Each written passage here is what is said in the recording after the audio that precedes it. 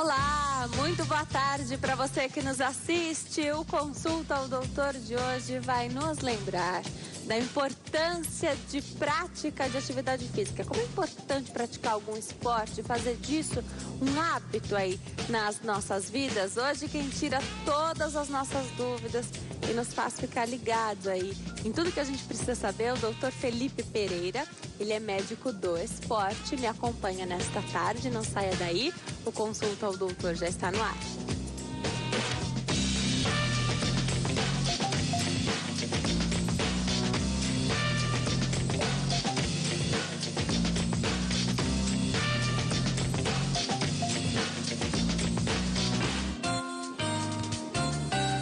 Olá para você que nos assiste de qualquer parte do mundo, o Consulta ao Doutor já está no ar. Bem aquilo que eu falei, para nos lembrar mesmo da importância de praticar algum esporte, fazer atividade física. Quando é que esse início deve acontecer? Nunca é tarde? Quem tem problema no coração, será que pode também adaptar? Mais do que isso, muitas pessoas que estão muito acima do peso ou não tão acima do peso, mas quando os joelhos, por exemplo, articulações muito exigidas aí começam a dar sinal de que a sobrecarga tá demais ali. Será que é preciso tomar algum cuidado, ter alguma orientação específica? A gente também vai falar sobre o modismo das corridas. Será que é importante praticar na esteira? Será que é melhor?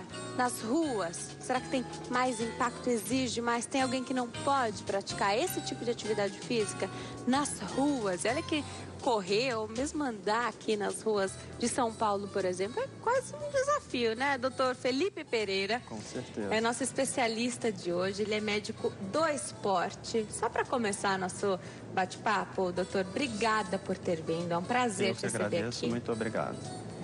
Só para dar um gostinho, quem está em casa chegando agora, ligou a televisão, o tema de hoje, importância de fazer atividade física, praticar algum esporte. As corridas ganharam muito destaque. Vamos falar rapidinho, só para dar essa introduçãozinha? Correr nas ruas exige demais? É preciso ter um preparo para isso, doutor?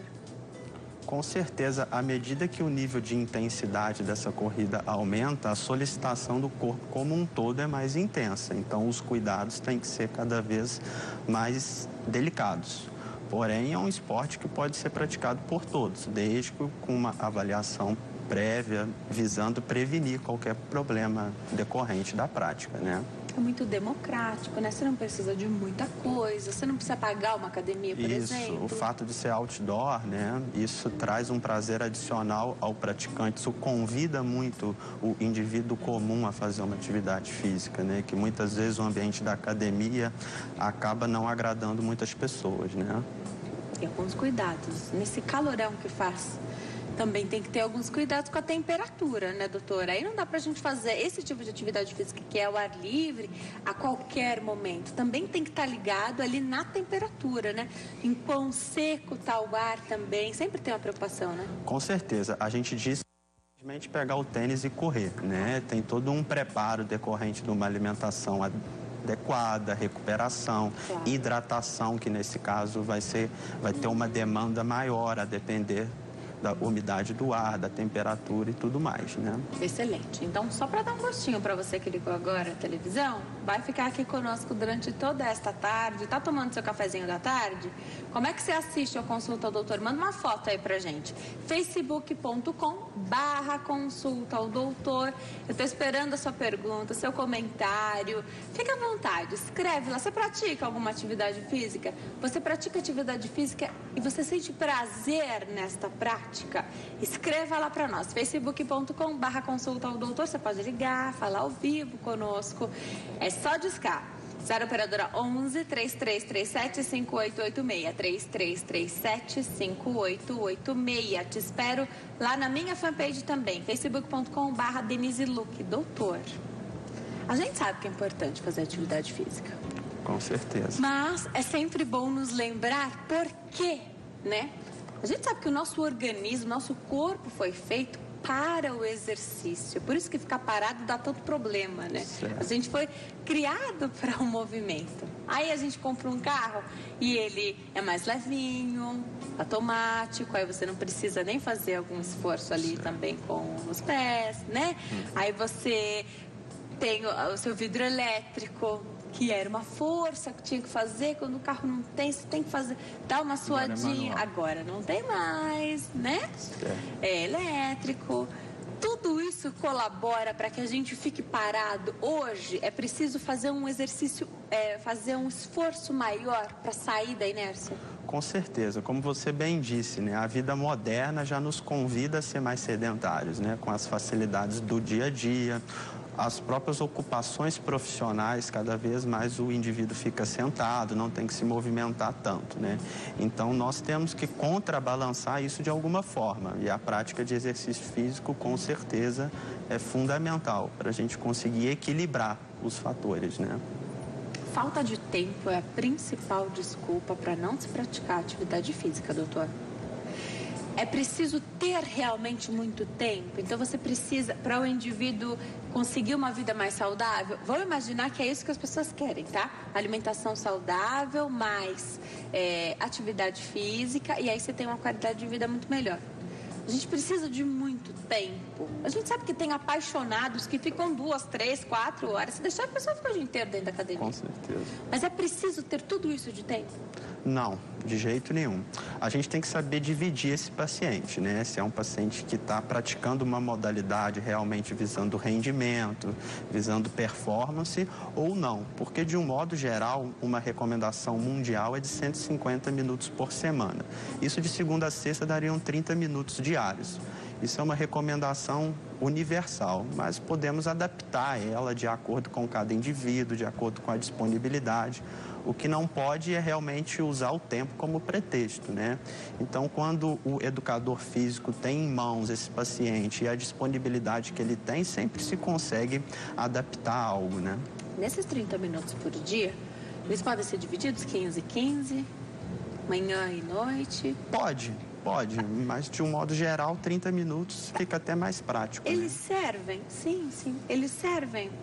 Vou dar um exemplo muito comum, né? De repente, você deve ter até pacientes em idade escolar ou na faculdade, um jovem adulto, que faz esses 15 minutos ou esses 30 minutos por dia, andando caminhando rápido, porém está indo para o trabalho.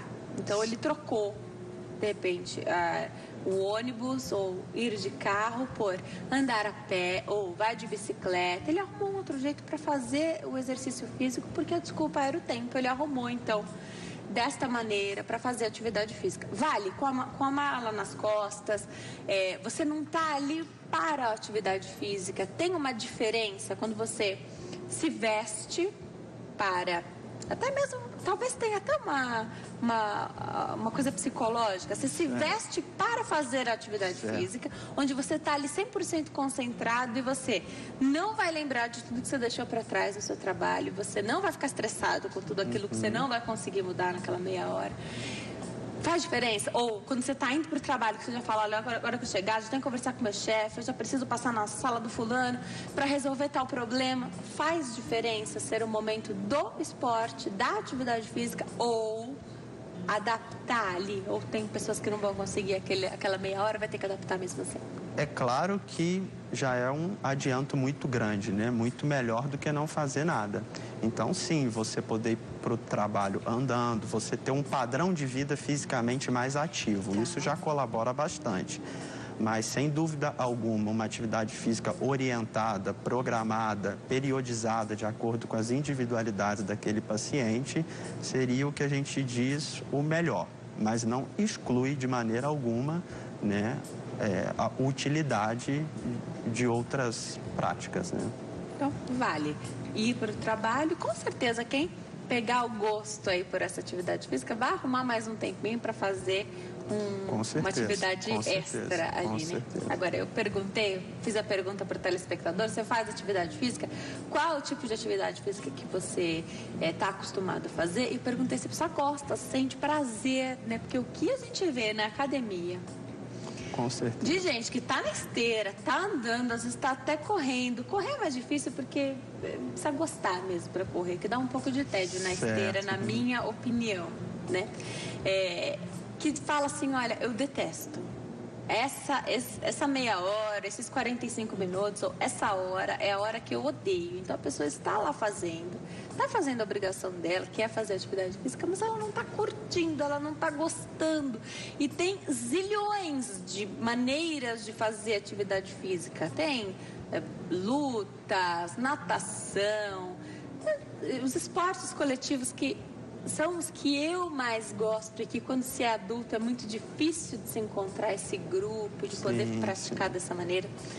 Queria que você falasse um pouquinho sobre gostar, porque é diferente. Quando você pode fazer o mesmo exercício, mas parece que dá um resultado quando você gosta e não dá o mesmo quando você não gosta. A gente diz, né, que a saúde é um estado de equilíbrio, né, físico e mental. Então, você sentir prazer no que você faz é muito importante, né? Então, até para a durabilidade da coisa. Se o paciente é forçado a fazer uma modalidade que não agrada a ele, a tendência é que isso não vá se perpetuar por muito tempo. É o grande problema, por exemplo, das dietas intensamente restritivas. A gente sabe que a longo prazo o paciente não consegue aderir àquilo, né? Então, o que a gente quer é que a atividade física faça parte do estilo de vida do indivíduo. Então, procurar realmente uma modalidade que gere prazer para ele, seja na academia, seja na rua, seja através de aulas coletivas, né? É fundamental o gostar, porque é a partir daí que tem a adesão realmente desse paciente, né? Pode ser o que a gente quiser. Vamos imaginar dança, por exemplo. A gente tem 1 milhão de tipos de dança que se pode praticar, dança de salão, tudo que você pode imaginar. Vale como atividade física? Como é uma aula, a gente sabe que é diferente, né? Uma aula, você tem pausas, o professor explica o próximo passo, a próxima, né? Vai parando um pouquinho. Então, não é como uma prática, um treino, um baile, né? Da dança. Você tem as pausas. Mesmo assim, vale para a pessoa não ficar parada? Com certeza já vale, você tem aquele benefício do bem-estar mental que aquilo te traz, né? De melhora da flexibilidade, da mobilidade, mas é importante dizer que hoje a ciência já nos mostra que um certo nível de intensidade nessa atividade física é fundamental para você realmente ter benefícios a nível de perda de gordura corporal, a nível de aumento de massa muscular, se for o objetivo do indivíduo. Então, realmente é individualizar quais são os objetivos daquele paciente, né, e saber se a prática é condizente com isso. E outro item muito importante, se é um paciente que tem alguma limitação de ordem clínica, né, ele tem alguma patologia de base, ou se ele tem uma limitação musculoesquelética também, ele tem uma lesão que o impede de realizar determinados movimentos, de realizar determinadas atividades que o coloquem em risco. Então, a minha função como médico é entregar esse paciente para o educador físico com segurança, né? Para ele poder praticar a atividade física dele sem oferecer riscos, né? Perfeito. Antes da gente falar sobre essas limitações, então, quando a pessoa já sabe que tem algum problema, eu comecei falando da corrida, e tem muitas pessoas que se aventuraram na corrida, então, lógico, você consegue dar um piquezinho aí na corrida, todo mundo consegue um segundinho, tem gente que vai um pouco mais, mas ao longo do tempo você percebe que se não houve um condicionamento, um preparo, fica muito difícil, né? Então você vê, se não é o passo a passo, é que é chato às vezes fazer o passo a passo, né? Então você corre 30 segundos e caminha tantos minutos, depois você vai estendendo mais um pouquinho. Tem gente que é muito apressado e começa a correr de uma vez só. E olha, eu vou falar agora de quem está acima do peso, mas nem precisa estar acima do peso. Às vezes o joelho dá um sinal. Às vezes o joelho dá o sinal já na caminhada, doutor. Certo. O que tem que fazer? Como é que a gente consegue proteger os nossos joelhos? Que se a gente parar para pensar, eles são exigidos o tempo todo, né? Muito exigidos. Como é que faz para proteger? Para que a gente não sinta isso. Então, De repente já é tarde demais, seu joelho já deu sinal, seus joelhos deram algum sinal aí? Tudo bem, mas como é que faz para proteger, doutor? Então, Denise, tem duas coisas fundamentais, né? A primeira é a estabilização dessa articulação. Você tem o joelho, que tem músculos ali ao redor que seguram aquela articulação. Então, o fortalecimento muscular é muito importante. Por isso que a gente diz que o padrão ideal é sempre junto com uma corrida, se você puder, associar um pouco de atividade resistida, de fortalecimento muscular.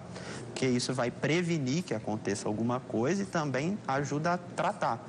Porque a partir do momento que ele está mais estável, você tende a ter menos dores e complicações. A outra coisa é a técnica de corrida. A gente sabe que quanto mais intenso que esse indivíduo está praticando a modalidade, maior é a sobrecarga mecânica ali nas articulações como um todo. Então, a técnica de corrida, o gesto esportivo que a gente diz, é muito importante, porque às vezes você está sobrecarregando em excesso alguma estrutura do seu corpo. Então, você ter um profissional, muitas vezes, que faz a avaliação desse gesto, o seu gesto de correr, de bater numa raquete de tênis, enfim, de dar um chute, um arremesso, isso muitas vezes é o que está fazendo você ter aquela dor. Então, corrigindo esse movimento, você consegue atuar efetivamente na raiz do problema, né? Legal você falar do gesto, né? Agora, dá uma tristeza quando a gente chega na academia, doutor, e aí você percebe que você ali é só mais um, e que a academia está lotada, que tem menos profissionais da educação física, né? Os professores ali, do que deveria ter, na sua opinião, né?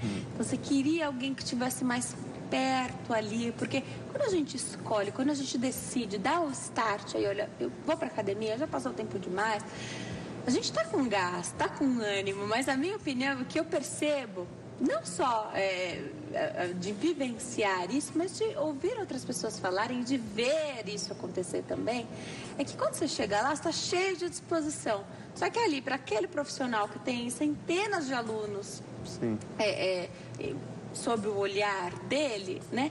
Você é só mais um, ele já está acostumado, ele não sabe de repente que você foi ao médico. E olha, com quem quer emagrecer, isso acontece demais, né? Então, às vezes ele até pergunta como é a sua alimentação, você fala que tem uma indicação, às vezes ele dá risada, né? Ele fala, isso aí não funciona, mas você que escolheu o médico, você está confiando naquele profissional, né?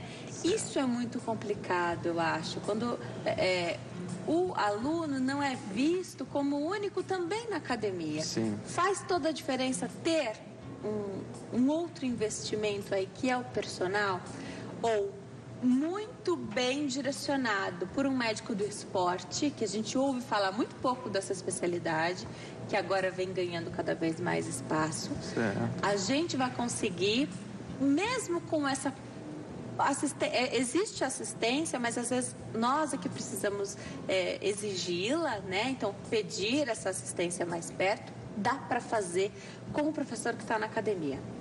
Então, realmente isso aí que você diz é um problema. Muitas vezes o praticante chega na academia, na sala de musculação, e ele não é tratado de uma maneira personalizada, né? Que é o que a gente sempre busca ao abordar o indivíduo. O médico, ele não substitui o educador físico, ele não substitui o nutricionista, o psicólogo, o fisioterapeuta. O ideal é sempre trabalhar em equipe, mas esses profissionais se comunicarem, né? A comunicação é muito importante. Então, eu como médico tentar manter um contato com aquele professor, principalmente se o meu paciente tem alguma particularidade, alguma limitação, né? E exigir realmente, né? Você está pagando lá para você estar naquele espaço, então o mínimo de assessoria você deve ter. É claro que se o paciente tiver possibilidade, a gente sabe que um treinador ao seu lado faz toda a diferença, né? Faz toda a diferença na motivação, na correção de movimentos, para realmente você ter uma atividade física para você, individualizada, né? Mas a gente nunca vai substituir o educador físico e tudo mais, a gente vai trabalhar em conjunto, até porque, né? No consultório você não está com o equipamento lá, o aparelho, para de repente falar o que você precisava daquele movimento, né? De repente até... O que eu consigo muitas vezes ajudar o educador físico e vice-versa, né? Ele também me ajuda muito. Eu muitas vezes informar ele de alguma limitação que esse paciente tenha do ponto de vista clínico. Vamos supor que ele tem uma patologia cardíaca de base. Olha, ele não pode passar de uma frequência cardíaca X. Ou tem um problema no joelho, vamos evitar determinado tipo de movimento. Mas na hora de desenhar aquele treinamento, escolha de exercícios e tudo mais, realmente compete ao educador físico, né? Ao educador, até porque você vai ter que fazer de acordo com o que está disponível na sala de musculação que você está naquele momento, né? Treino funcional, tudo bem para você? Muito se tem falado hoje, não só as mulheres, homens também gostam de fazer esse treino funcional, que é chamado funcional, às vezes até menos peso, mas tem até uma técnica que você fica queimando gordura depois, você faz muito rápido. Eu não sei se isso também prejudica ou não. Crossfit, que é uma modalidade também. Crossfit, tem alguém que não possa fazer? Tudo isso que surge, pode borbulhar dentro do teu consultório e falar assim, olha, doutor, cheguei aqui, estou muitíssimo interessado em fazer crossfit. Você pode falar, olha, para você agora não é hora. O treino funcional é, sim, muito interessante. Esse nome está mais em voga atualmente, né? Mas... sempre teve, né? Pode, na realidade, é uma ótima prática, né? Desde que também adequada para aquele indivíduo. O CrossFit é uma atividade que está ganhando uma popularidade muito grande aqui no Brasil e é uma atividade de alta intensidade, né? Eu não gosto de dizer que uma atividade é contraindicada, porque nada é contraindicado, tudo você pode adaptar. O CrossFit também, quando você procura uma assessoria adequada, o paciente iniciante, ele é tratado como tal, né? Então, aqueles padrões de movimento são todos ensinados a esse indivíduo. Por ser uma atividade de alta intensidade, cada vez mais cuidados precisam ser tomados. Mas é sim uma atividade física que pode ser praticada por indivíduos de todas as idades, desde que individualizado. Você não vai querer começar hoje e fazer um treino da mesma maneira do que um grande competidor, do que alguém que já tem uma experiência de anos naquilo ali, né? Perfeito. Você vai ganhando também seu condicionamento físico e vai melhorando dentro daquilo que você se propôs a fazer. Isso, gradual, né? Toda atividade física tem que ser gradual, né? Porque aí você consegue adaptar o seu corpo àquilo ali. Agora, vai imaginar alguém que chegou para buscar a tua ajuda e fala assim, olha, doutor, eu preciso da tua ajuda, eu vou dar alguns exemplos. Sim. Só que eu não quero mudar minha alimentação. E vou imaginar que seja alguém então que fume, que já atrapalha o condicionamento físico, a questão cardio para respirar, né? Que você tem ali uma dificuldade, de repente a pessoa tem falta de ar, né? Ao menor esforço físico, ao esforço diário que você tem, né? De pequenas caminhadas, subir um lance de escada. Dá para cuidar de alguém assim durante esse processo? Porque é alguém muito resistente, né? Já chegou, de repente ele já passou por vários médicos. Ele já chega com algumas imposições aí para você. Dá para trabalhar? Você acha que nesse meio tempo ele pode se sentir estimulado a buscar uma alimentação mais saudável e parar de fumar? Com certeza, foi muito bom você ter tocado nesse aspecto, que a medicina esportiva, ao contrário do que muitas pessoas imaginam, ela não trabalha só com aquele esportista de alto rendimento, com o atleta, tem o outro extremo da cadeia, né? Que é o paciente que já tem alguma patologia. Você disse um indivíduo que tem falta de ar, ele pode ter uma insuficiência cardíaca no estágio avançado, ele pode ter uma doença pulmonar, um enfisema, por exemplo, e isso aí hoje a gente sabe que o exercício físico é um remédio para esse paciente, né? Então, a partir do mapeamento que eu faço daquele indivíduo, exames funcionais, que eu vou delimitar realmente a capacidade aeróbica dele, todas as limitações, ele não só pode, como deve praticar atividade física. A gente sabe que a reabilitação cardiopulmonar hoje é uma realidade, né? Principalmente nos grandes centros. Aqui em São Paulo nós temos vários centros que nada mais é do que botar esse indivíduo com muita falta de ar, que não consegue subir uma escada, por exemplo, de uma insuficiência cardíaca em estágio avançado, botar ele para praticar atividade física de uma maneira supervisionada, delimitando a frequência cardíaca que ele pode chegar, e os resultados são maravilhosos, né? Então, o paciente vendo, se motivando com a melhora dele no dia a dia, a convivência com outros colegas naquele grupo, isso pode incentivar ele a melhorar suas práticas alimentares, a deixar de fumar. Muitas vezes é um paciente realmente resistente, que se você for impor demais muitas coisas ao mesmo tempo, você perde o comando, né? É importante lembrar que você falou que trabalha com os dois extremos, né? Com o atleta, né? Sim. Que é aquele que faz qualquer coisa para melhorar o desempenho. Então, de repente, você fala, olha, precisa fazer alguma suplementação, ou precisa mudar algum hábito, tirar um alimento da sua dieta. Estou dando exemplos, assim, que é só uma suposição, né? A pessoa faz tudo o que ela precisar. Outro extremo, que é o sedentário, que está buscando essa ajuda, de repente é tão resistente, né? Nós vamos chegar na parte da suplementação, nós vamos chegar nesse trabalho em conjunto que se faz com nutricionista, endócrino, a gente vai chegar lá. Para começar, então, a falar do não atleta, da pessoa normal, que tipo de exame é pedido? E mais, a gente fala muito pouco do médico do esporte, agora vem ganhando mais espaço.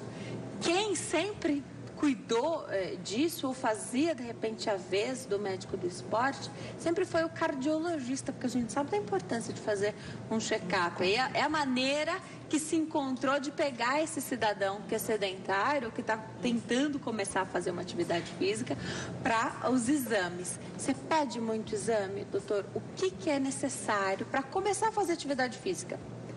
Visto que atestados não são obrigatórios nas academias, algumas avaliações que a gente paga, às vezes, caro, são terríveis nas academias, não se avalia nada, às vezes o médico também, às vezes não é médico, o profissional está ali, também não quer muito te ver, né? Queria que você falasse um pouquinho de que tipo de exame a gente tem que fazer.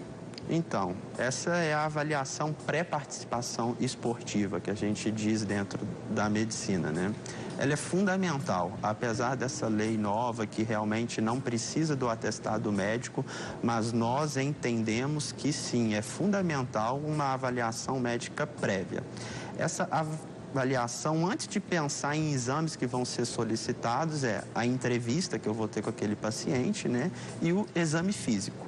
A partir disso, e a categoria desse paciente, a idade dele, o nível de comprometimento, se ele é um atleta, se ele é realmente só um amador, um recreativo, a partir disso eu vou delimitar quais exames que eu vou solicitar. Em geral, em termos de diretrizes brasileiras, acima de 35 anos, a gente solicita um teste ergométrico, que é quando você coloca aquele paciente na esteira, monitorizando o coração, para saber se ele vai ter alguma complicação de pressão arterial, de frequência cardíaca, de alteração no eletrocardiograma dele. E tem outros exames também que podem ser solicitados, mas sempre a partir dessa avaliação inicial. Se foi encontrada alguma alteração na hora que você estava auscultando o coração dele, se ele é um atleta de alto rendimento, a idade dele, né? Tudo isso. Tá. Aquele famoso teste do esforço. Certo. E tem uns testes mais modernos. Sim. Que eu não vou ousar falar nomes e o que é. Eu vi em alguns Instagrams por aí, que também se fica com uma máscara, mas ele é diferente, não sei se é metabólico. Queria que você falasse um pouquinho se esses exames podem ajudar a saber qual o limite da atividade física e depois... Não vai dar tempo de você falar tudo, a gente vai dar uma paradinha, mas o frequencímetro também queria, depois que a gente voltasse falando brevemente, dá uma pincelada, a gente continua falando depois, doutor. Ok. A ergoespirometria, que é o exame que você informou, ela é muito interessante de ser feita, né? Tanto pelo indivíduo que busca só ali uma qualidade de vida, começar a praticar atividade física, como o atleta. Porque além dela monitorizar o coração, ela vai analisar a entrada de oxigênio e a saída de gás carbônico e, a partir disso, encontrar alguns valores específicos, delimitando a aptidão aeróbia daquele paciente e determinados outros valores, os limiares metabólicos, que são muito interessantes na hora de elaborar o treinamento de um corredor e tudo mais. Doutor, pensar na dona de casa? Sim. Ou no homem que trabalha em casa, ou home office, ou quando o homem dá aquela força, de repente está passando por uma situação de crise, nós estamos numa situação de crise, de repente foi atingido, perdeu o emprego, está em casa agora. E aí a pessoa fala, olha, não vai dar para fazer academia, cortou a academia. Certo. Né? Porque é uma fisioterapia, o personal, a academia, a terapia com seu psicólogo. Quando precisa, a gente vai cortando. Mesmo que isso signifique, muitas vezes, perder qualidade de vida. Certo. Maravilha. A pessoa está em casa, quer saber se limpar a casa, varrer o chão, passar pano, fazer esse tipo de exercício. Então, limpar a sua casa, lavar o chão, lavar o quintal, pode contar como exercício físico? Vale lembrar que a gente até se policia na hora de fazer a atividade física, naquele momento que você vestiu sua roupa, pôs o tênis apropriado e você concentra na postura, né? Vai agachar, você sabe ali que existe um padrão a se respeitar, um limite. Mas quando está fazendo serviço doméstico, é difícil lembrar disso, né? Difícil, parece que não vira a chavinha de cuidado e respeito com o corpo, né?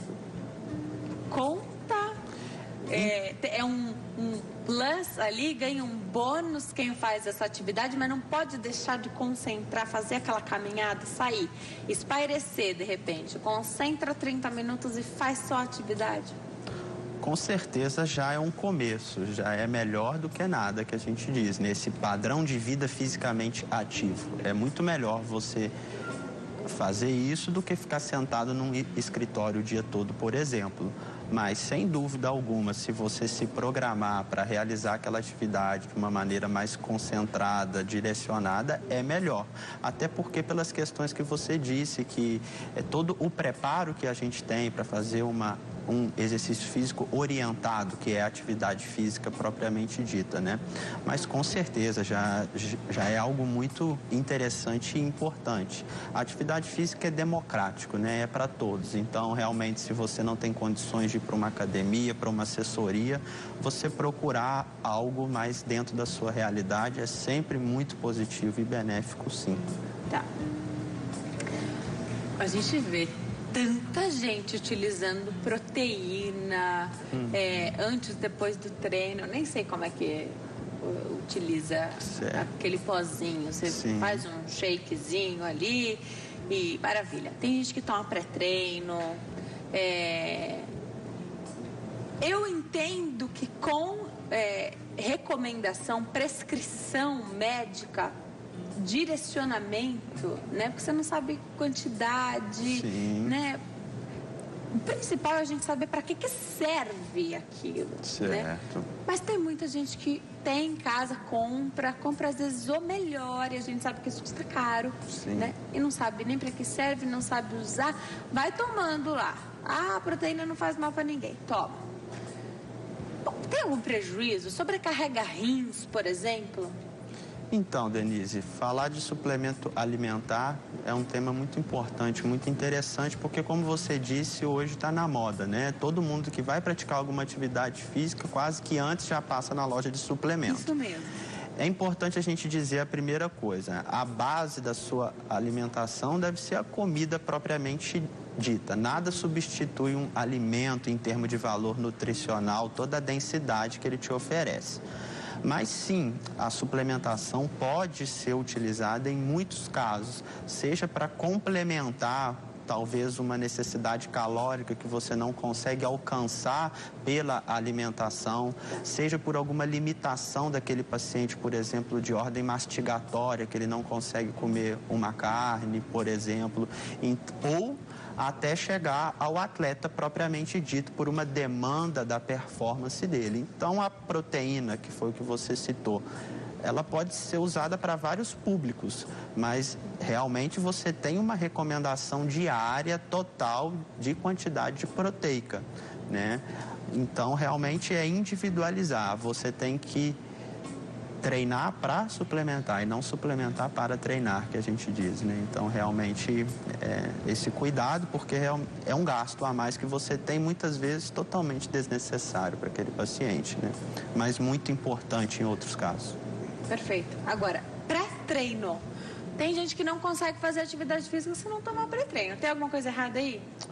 Pré-treino realmente é um vício que muitos pacientes têm, né? É até um perigo porque a gente tem muitos pré-treinos que a gente não sabe a real composição dele, que tem ingredientes muitas vezes que não estão discriminados naquela tabela nutricional, que é o que vemos muitas vezes na mídia, um praticante que tomou um composto X ou Y e teve um problema cardíaco, muitas vezes por um estimulante que não estava discriminado naquela tabela nutricional.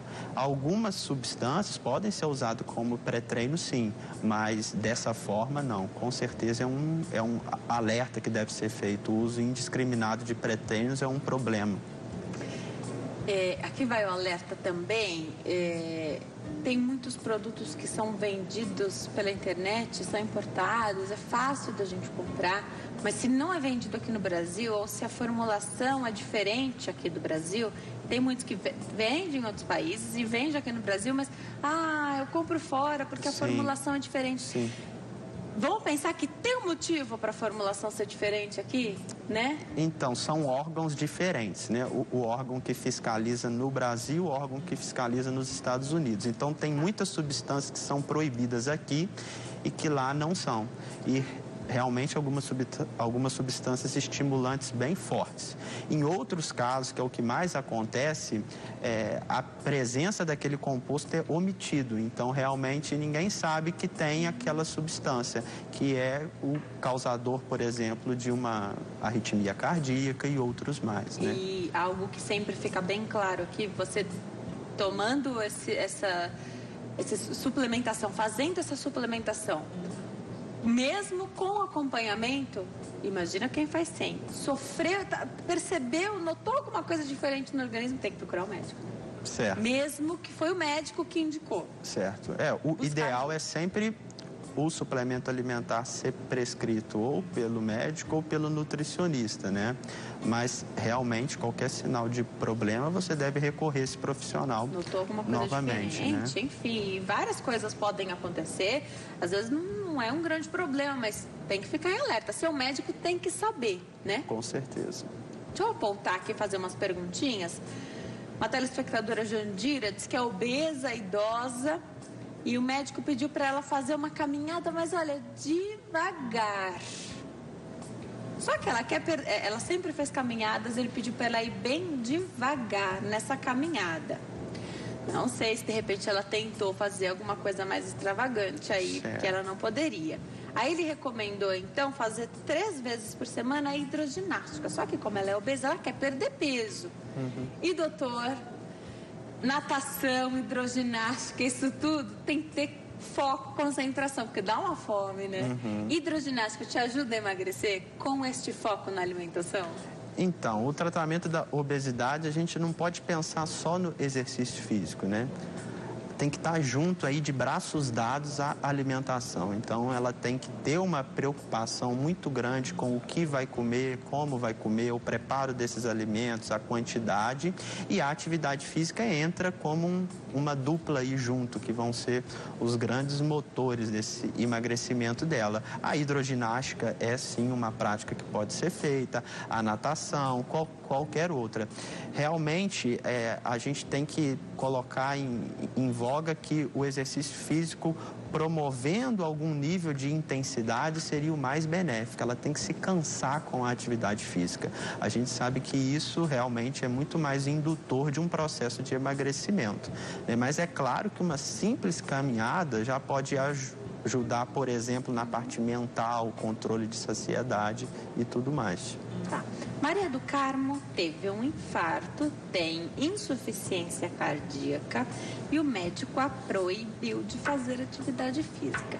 Eu fico sempre na dúvida, quando a gente não pode replicar para a pessoa que mandou essa pergunta, se ele proibiu para sempre ou se foi num momento da vida.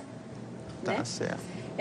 E se isso realmente, essa exigência de agora não faça atividade física, ou se existe, olha, você não pode fazer atividade física. Conta um pouquinho pra gente, doutor. Com certeza, ela é claro que precisaria avaliar ela, mas ela tem uma indicação absoluta de realizar atividade física. Seria o que eu disse, a reabilitação cardiovascular e metabólica. De repente foi num momento que ele falou, agora não faz atividade física. Esses pacientes, logo no pós-infarto ali, que a gente vai colocar eles nesse programa, eles entram numa fase 1. Né, onde ele é avaliado, todas as limitações dele são encontradas, é feito testes de esforço e tudo mais para você dizer até qual frequência ele pode trabalhar. Ele vai ser monitorizado com frequencímetro dentro desse centro de reabilitação, acompanhamento de profissionais todo o tempo, e a gente sabe realmente que o exercício físico para esse paciente é um remédio que vai mudar a vida dele, com certeza, para prevenir novos episódios e para dar qualidade de vida a esse paciente, né? Eu vou me preparar para dar um recadinho. Enquanto eu chego até lá, eu tinha falado do frequencímetro, você falou agora. E me parece, é difícil. Hoje tem muitas pessoas que usam frequencímetro, mas tem muito mais fazendo atividade sem frequencímetro do que com ainda, né? Fazer sem o frequencímetro, a gente fica meio no escuro com o que acontece no nosso organismo. Tem de várias marcas, tem caro, tem barato. Realmente é um investimento que, de repente, é necessário fazer. É só para atleta ou para quem não é atleta, uma pessoa normal, quer fazer a sua atividade física, quer focar. Não tem tempo a perder. A gente falou que não tem tempo de fazer atividade física. De repente você está indo todo dia na academia e teu desempenho ali, a intensidade com que você pratica, faltava isso aqui, ó, para você atingir seu objetivo. E com frequencímetro você já conseguiria, porque você sabe a sua frequência cardíaca. Vale a pena, todo mundo deveria ter. O que se faz quando não tem, a pessoa não tem condição de comprar? Então, o frequencímetro ele não é mandatório para todo e qualquer paciente. Para alguns é apenas um luxo adicional. Para esse paciente cardiopata que infartou, que vai fazer atividade física, é fundamental ele ser monitorizado com a frequência cardíaca. No outro extremo, quem está praticando uma corrida visando rendimento, provas e tudo mais, é interessante sim o uso para você saber em qual limiar que o paciente está trabalhando, né? Sabe quem já ligou para cá? Nosso telespectador João está na linha. Oi, João, tudo bem? Boa tarde. Boa tarde. Seja muito bem-vindo. Fica à vontade, pode fazer sua pergunta para o doutor. Doutor, tenho 63 anos, sou diabético desde os 30 anos de idade, sou safenado, tenho 6 estentes no coração e faço exercício de segunda a sábado, 1 hora por dia. Eu queria saber do senhor se não é em excesso, de repente, que eu estou fazendo, que tem dias que eu me sinto meio cansado depois do exercício. Meus batimentos não podem passar de 120, mas eu estou mantendo elas em 90 e 100 com essa velocidade de 4 km por hora. Eu queria saber do doutor se eu estou fazendo a coisa certa. João, muito obrigada pela sua pergunta. Um beijo para você e para todo mundo aí de Foz do Iguaçu. Doutor, disposição para fazer essa atividade física, tendo em vista que é cada vez mais difícil as pessoas começarem a fazer. O João falou alguns dados aqui, ele tem 63 anos, é diabético, ele diz safenado, né? Tem, então, fez ponte de safena. Queria que você falasse um pouquinho pra gente. Quando é que a gente sabe que está em excesso ou não? Isso que ele falou de às vezes se sentir muito cansado, depois, bom, 1 hora caminhando, pode se sentir cansado. O que é? Qual é o limite, então, de tá bom ou tá muito? Então, João, com certeza, pelo fato de você ter diabetes, de você ter um histórico de cirurgia cardíaca, o exercício físico é muito importante para ti, junto com os outros medicamentos que com certeza você usa para controle do quadro. O cansaço após a atividade física, ele deve acontecer, mas aquele cansaço normal e em virtude da prática mesmo. Ele é importante para você ter realmente aquela melhora da sua saúde. Agora, qualquer anormalidade, realmente você tem que passar no seu cardiologista, no médico que te acompanha. É fundamental essa avaliação, no mínimo anual, tá certo?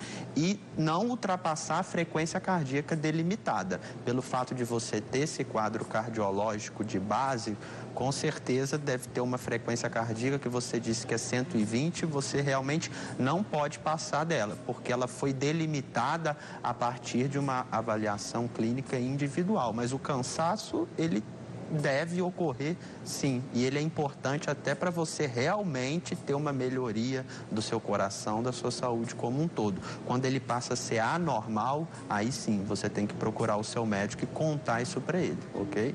Não pode, então, nem terminar de fazer atividade física e não estar cansado. Significa que você não fez o que você podia fazer.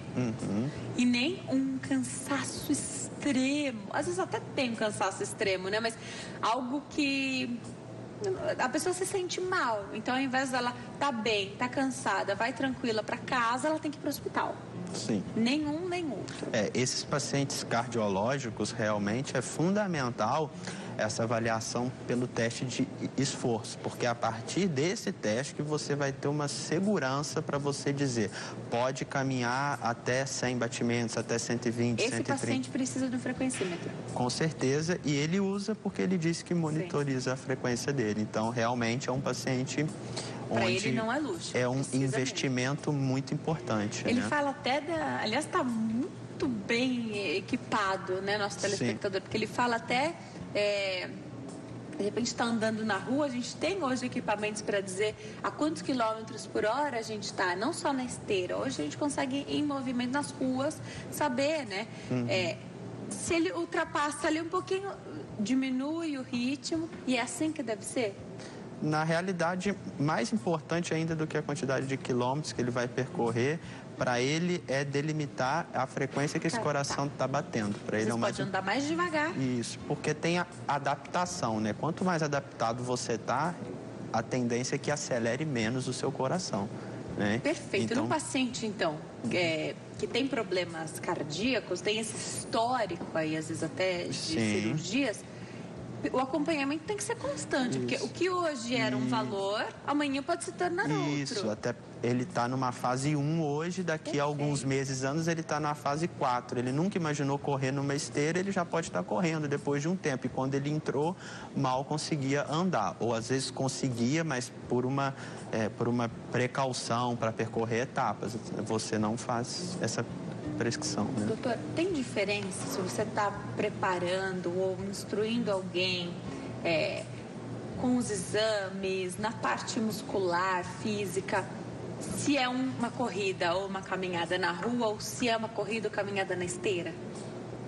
Na esteira a gente não tem obstáculo nenhum, não tem nenhum buraco, pedras, não tem nada. Na esteira é tranquilo, mas na calçada, nas ruas, a gente tem. Certo. Tem diferença? Realmente vai muito do gosto pessoal. Quem corre na rua e gosta não vai para a esteira de jeito nenhum, né? Outros já preferem ficar dentro da academia numa esteira. Realmente o mais fundamental é a técnica de corrida, tá ok? Se você tem a técnica adequada, tanto um quanto o outro pode ser praticado. Nas ruas você tem que tomar cuidados realmente com buracos, enfim, atropeços que podem te gerar uma lesão. Assim como na esteira, a sobrecarga pode ser muito importante em algumas articulações e isso fazer com que você se lesione, até mais do que na rua em alguns casos, se você não tem a técnica adequada. Correr mais rápido também é o processo? Porque você tem gente que tá lá, aguenta correr quase um trote, assim, ainda, tá? Mas, de repente, ele dá coloca numa velocidade muito mais rápida, você vê que a perna quase não chega ali. Faz parte do processo aumentar a velocidade ou posso estar feliz, só querer aumentar o tempo daquela corrida, mas numa velocidade mais tranquila? Na realidade, você pode sim fazer um aeróbico mais contínuo, né? Onde você mantém uma velocidade estável, e hoje nós temos o aeróbico intervalado de alta intensidade, onde realmente você faz tiros com uma velocidade muito maior e depois você vai a uma velocidade menor, uma recuperação, né? E você vai alternando essas fases. É uma alternativa muito interessante pelo tempo, você consegue fazer um treinamento em menor tempo, e os estudos atuais, à luz da ciência atual, nos mostra que eles são bem efetivos para o processo de emagrecimento, né? Então, realmente, pode ser usado. Nós estamos em ano de Olimpíadas. Certo. E vamos combinar que é uma delícia ver o pessoal nadando, competindo. Parece que é fácil, que eles deslizam, que é uma maravilha. Quando a gente está lá dentro da água, a gente lembra que é um esforço muito grande, né? Tem as meninas da ginástica, sim, que eu adoro, e que a pessoa, minha opinião, ela tem que nascer para fazer aquilo, porque o corpo, a estrutura, tudo também, ele tem quase uma seleção natural, sim, que acontece nesse esporte, quando, lógico, ele é de alto rendimento, sim, né? Todo mundo pode praticar o esporte, mas quem chega lá é realmente quem tem o corpo daquele jeito, já tem mais força e trabalha nisso. E muitos locais aproveitam dessa motivação, é um incentivo, é válido, aproveitam para captar esse pessoal. Pode existir um exagero na euforia ali do momento, então, porque é bonito assistir, né? É legal de ver, parece que é fácil, porque eles treinaram demais, né? Sim. Pode existir um exagero? Você percebe nesses anos? Existe uma procura maior, o que é excelente? Precisa o quê? Adaptar todo mundo no ramo que vai dar mais certo? Então, com certeza, você falou de Olimpíada. Quando fala de Olimpíada, estamos pensando em atleta de elite, certo? É a referência daquela modalidade no esporte específico. Com certeza, esse atleta, além de uma aptidão genética que ele tem que ter, por exemplo, uma ginasta, nunca uma menina de 2 metros de altura vai ser uma ginasta. Então, realmente, ela nasce com aquela constituição morfológica para fazer aquilo, juntando a um treinamento adequado, bem supervisionado, que vai proteger de lesões, enfim, cuidados com nutrição, com recuperação, toda a parte mental dessa atleta, aí realmente que você vai formando aos poucos um grande campeão, né? A gente não forma um atleta olímpico em 1, 2 anos. São anos e anos aí realmente de trabalho muito sério, individualizado, né? Quanto mais jovem, quanto você tem que ter alguns cuidados realmente, até por estruturas que ainda não se maturaram completamente, necessidades fisiológicas um pouco diferentes. Então, realmente, se a gente pega uma criança, a gente tem que ter alguns cuidados específicos com ela, até pelo quadro hormonal dela, que é totalmente diferente de uma menina adulta, né, e tudo mais. Agora, vamos pensar nos instrumentos, então, para praticar atividade física. Vamos imaginar? Sim. Hoje a gente tem a cidade cheia de ciclovia. Vamos imaginar a bicicleta? Vamos preparar para dar um recadinho? Alguém se animou no percurso de casa para o trabalho ou da casa para a academia, você já vai de bicicleta, de repente, quer a sua vida mais ativa, né? Então, você quer manter aquilo que você falou. Tem o elevador no seu condomínio, mas você vai de escada, porque você escolheu isso, você quer se movimentar mais. Não vai entrar nos seus 30 minutos de atividade física, não. Você quer se manter mais saudável. Agora, a gente tem muitos modelos de bicicleta. E se você olhar aquelas bicicletas de competição, claro que tem de vários tipos de competição também, né? Elas são diferentes, né? Vale a pena investir, de repente, bicicleta é sua paixão. O instrumento pode fazer a diferença? E vão imaginar desde o calçado, né, até a roupa que você veste para o ciclismo ali, mesmo que seja uma coisa mais esporádica. Isso ajuda ou quando não é para competição, pode ser qualquer tipo de equipamento, qualquer bicicleta. Porque a gente sabe que tem para altura, a gente ajusta, mas tem umas que são quase feitas para você. Conta um pouquinho pra gente. Então, com a tecnologia atual hoje, nós temos aparelhos cada vez mais sofisticados, né? Mas o fundamental é que esse instrumento te forneça duas coisas: conforto e segurança. À medida que o seu comprometimento passa a ser cada vez mais competitivo, aí realmente pequenos detalhes podem fazer diferença. Mas não há necessidade de um investimento excessivo se você só visa uma prática recreativa. Doutor, a gente sabe que faz toda a diferença ter o acompanhamento médico, né? Então, estar envolvido num plano mesmo de vida mais saudável, né? A gente sabe que isso é importante. O médico do esporte, ele vai nos acompanhar nessa jornada. Então, vou imaginar que eu fui fazer uma consulta e hoje a minha rotina é uma. Daqui a um tempo, minha rotina muda, os horários mudam, a minha vontade de fazer aquele tipo de atividade física muda. De repente, doutor, não quero mais nada daquilo que eu estou fazendo. Vou partir para uma outra atividade.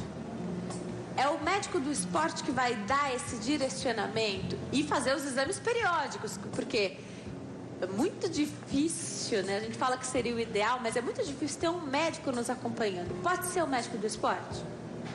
Com certeza, o médico do esporte é uma opção muito interessante de ser procurada, visando essa gestão da saúde do indivíduo, né? Olhar esse indivíduo como um todo, tanto de uma maneira preventiva até como uma maneira terapêutica.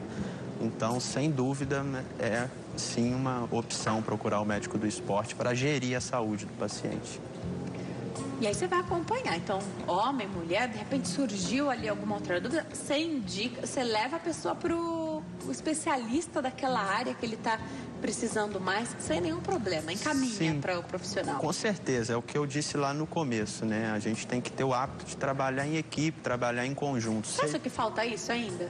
Falta, até entre profissionais da mesma profissão e até outros da área de saúde como um todo. Mas a gente luta a cada dia para cada vez mais isso ser feito, né? Essa união entre os profissionais de saúde que realmente é necessária, né? Mas é importante dizer que o médico do esporte ele não é um mero encaminhador de pacientes, né? Quando você realmente faz uma formação em medicina esportiva, você tem ali o tato para tratar diversas doenças da vida comum prevalentes na população, né? Então isso é muito importante de ser dito, né? Como um geriatra, por exemplo, né? A partir de que idade uma pessoa pode fazer musculação, por exemplo? Porque nas salas de musculação, geralmente tem um recado lá.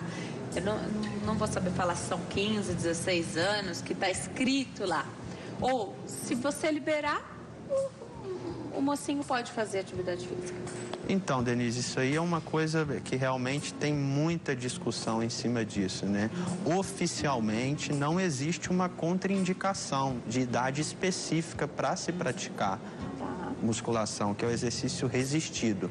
Só que é claro que a partir do momento que você tem um indivíduo muito jovem, uma criança, você tem que ter alguns cuidados específicos, sim, em termos de intensidade de esforço, padrões de movimento, mas não há contraindicação, idade acima de 12, acima de 15 só. Isso não existe oficialmente sob o ponto de vista da medicina esportiva, tá ok?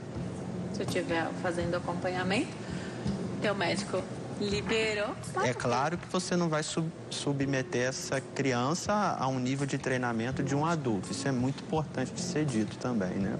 Perfeito.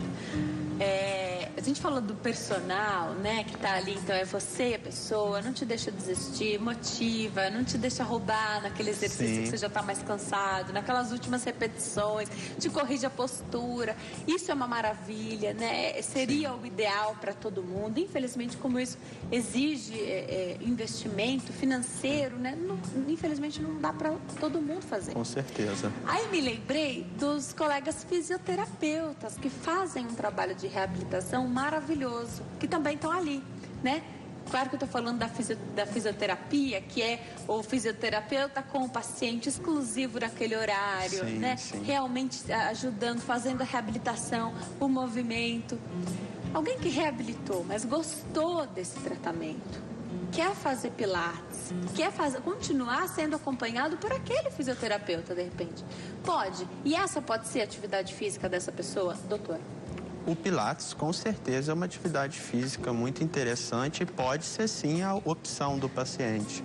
Quanto à fisioterapia, realmente é um profissional que anda de braços dados com o médico do esporte, né? Hoje a gente usa muito a fisioterapia esportiva até de forma preventiva, quando a gente está tratando um grande atleta, né? Às vezes ele não tem nenhuma lesão, mas ele está sempre ali fazendo a prevenção dele. Com certeza, a fisioterapia é muito importante aí, junto com a gente. Perfeito. Acho que essa pode ser a nossa última pergunta de hoje. Vamos ver. E o tênis adequado? A gente sabe que quando é um atleta, então, está praticando um esporte aí de alto rendimento, né? Claro que ele vai investir, vai ter acesso ao melhor equipamento, né? E aí o tênis entra como esse equipamento, né? Agora, para mim, para quem está em casa, de repente, vale a pena investir no tênis adequado? Pouca informação eu tenho, mas a gente sabe que tem a pisada que é para fora, para dentro, a neutra. Tem tênis para tudo isso? Olha que tem tênis muito caros, doutor. Isso pode afastar alguém de fazer atividade física, né? Então, se você se apega muito na questão do equipamento, a gente falou que é democrático para você fazer com qualquer tênis. Às vezes não é nem tênis, doutor. Às vezes a pessoa não consegue, vai com o calçado que tem ali para se movimentar. Tênis salva a articulação? Tênis melhora tanto assim a ponto da gente precisar investir tudo isso, doutor? Fundamental não é de maneira alguma, tá certo? Como eu disse, a atividade física é democrática, é para todos, né? E realmente não precisa ter essa preocupação excessiva de investimento tão grande em um tênis. É claro, como você disse ali, determinados padrões de pisada, pronada e tudo mais, onde isso pode sim favorecer uma lesão nesse paciente por sobrecarga. Então, ele merece uma avaliação, a confecção de uma palmilha, por exemplo, a correção de algo lá no quadril dele que está causando aquilo, no glúteo. Mas, enfim, o tênis ultra sofisticado não é mandatório, tá? E não pode ser impeditivo da prática. Perfeito. De repente dá para adaptar. Tem gente que gosta de fazer não a corrida e a caminhada, mas tem gente que faz atividade física dentro de casa, aquelas que não tem muito impacto assim. O fundamental, você faz até de meia, tem gente. O fundamental é gerar conforto, né? É o paciente se sentir confortável com aquilo ali. Se ele começou a usar um tênis, está causando muita dor, tem alguma coisa errada. Então, vamos ver o que é. E olha, né, que eu já ouvi relatos de pessoas que gastaram, investiram, né, num tênis e não se adaptaram àquele tênis. Sim, com certeza. Né? Então, você teve que trocar. De repente, era mais barato que te fazia melhor. Alguns gostam de usar um tênis muito raso, realmente quase colocando o pé em contato com o solo. Então, é muito individual. O valor elevado não é a garantia de satisfação. A pessoa fala do tênis que amortece, né? Mas quem está acompanhado com o especialista, o profissional vai dizer, olha, de repente é hora de você investir num que segura um pouquinho mais, amortece um pouquinho mais. Tem gente que vai se dar muito bem. Até por algum padrão ósseo diferente que aquele paciente tem. Que Cada um é único, né, doutor? Exatamente, né? Nosso tempo está acabando, eu vou deixar os contatos do doutor. Preste atenção, pega papel e caneta, mas se por acaso eu falar e você não conseguir anotar, me pergunta no Facebook que eu vou ficar feliz de poder te ajudar. 0 operadora 11 3050 6581 3050-6581 e o site www.p4b.med.br p4b.med.br. Eu vou guardar essa folhinha, porque se você me perguntar lá no Facebook, facebook.com/consulta ao doutor, eu vou poder te ajudar com essa informação, que é o contato do doutor. Adorei te entrevistar, doutor. Acho fundamental a gente poder falar sobre o médico do esporte. Esse médico que, como você falou, não é um encaminhador de paciente para outras especialidades, mas que ele pode cuidar da saúde das pessoas de qualquer idade, né? E direcionar para essa prática esportiva. Adorei, doutor. Espero que você volte mais vezes. Foi um prazer. Obrigada, viu? Bom fim de tarde. Hoje eu conversei com o Dr. Felipe Pereira, ele é médico do esporte. A gente falou sobre prática esportiva, a importância de fazer atividade física. Como é bom lembrar, né? Obrigada a você que nos assistiu até agora. Fiquem com Deus. A gente se vê amanhã ao vivo, 3h35 da tarde. Tchau!